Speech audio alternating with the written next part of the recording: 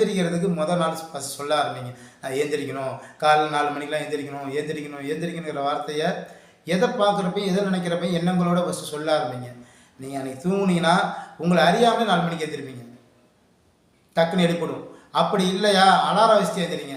Alarm வச்சுட்டு அலாரத்தை கொஞ்சம் தள்ளி வைங்க, ஏந்திரிச்சு போய் எடுத்து ஆஃப் பண்ணுற மாதிரி வைங்க. நமக்கு தெரியும், நமக்கு 4 மணிக்கு ஏந்திரிக்கிறதுக்கு எல்லாமே தெரிஞ்சாலும் இன்னும் ஒரு 2 நிமிஷம் தூங்கிக்கோமே, அலாரம் அடிக்கும், ஆஃப் பண்ணிட்டு கொஞ்ச நேரம் தூங்குவோம். அதுதான் நல்லா தூங்குவோம்.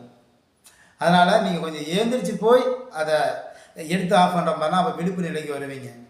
அல்ஃபாலேருந்து பீட்டா ஸ்டேஜுக்கு வருவீங்க. இது சயின்ஸில் சொல்லணும்னா விழிப்பு நிலைக்கு வரப்போ, ஆன்மா விழிப்பு நிலைக்கு வரப்போ தான் நம்ம எங்கே இருக்கோம் என்ன இருக்கோங்கிறது ஒரு விஷயம் தெரிய வரும். அப்போ நீங்கள் இந்த தியானங்கிற ஒரு முறையை நீங்கள் பயன்படுத்தினீங்கன்னா உங்கள் வாழ்வில் என்னென்ன அற்புதங்கள் நடக்கும்னா, எப்பயுமே பாசிட்டிவாக இருப்பீங்க. உங்களுக்கு எதுவுமே கெட்டது நடக்காது.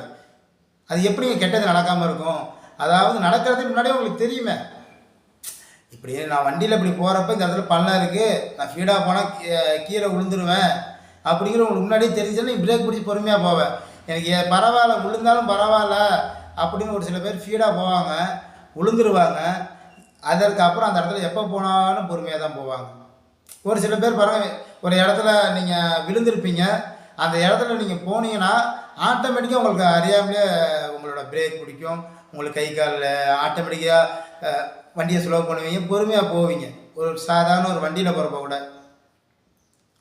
நம்ம அந்த எண்ணங்களை நம்ம பதிச்சிடணும். அப்போ அந்த எண்ணங்களை பதிக்கிற நேரம் எப்போ? பிரம்ம முகூர்த்த டைம். அந்த டைமில் நீங்கள் ஏந்திரிக்கணும். ஏந்திரிச்சு குளிச்சிடுங்க. அந்த குளிக்கிறதுல ஒரு நிறையா மெத்தட் இருக்குது.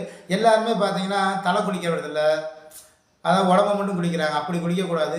நம்ம குளிக்கிறதுனாவே உடம்பு ஃபுல்லாக தான் குளிக்கணும்.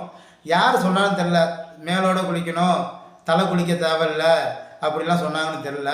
நம்ம உடம்போட தான் ஃபுல்லாக தான் குளிக்கணும்.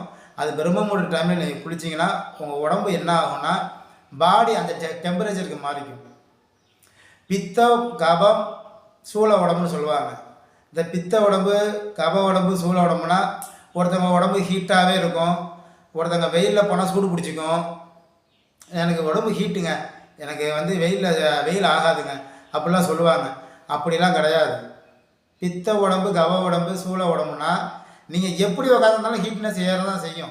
நீ சும்மா படுத்திருந்தாலும் உங்கள் உடம்புல ஒரு எனர்ஜி வரும். அது நல்லா தெரிஞ்சுக்கங்க. உங்கள் உடம்புல ஒரு இன்ஜின் ஓடிக்கிட்டே இருக்குது.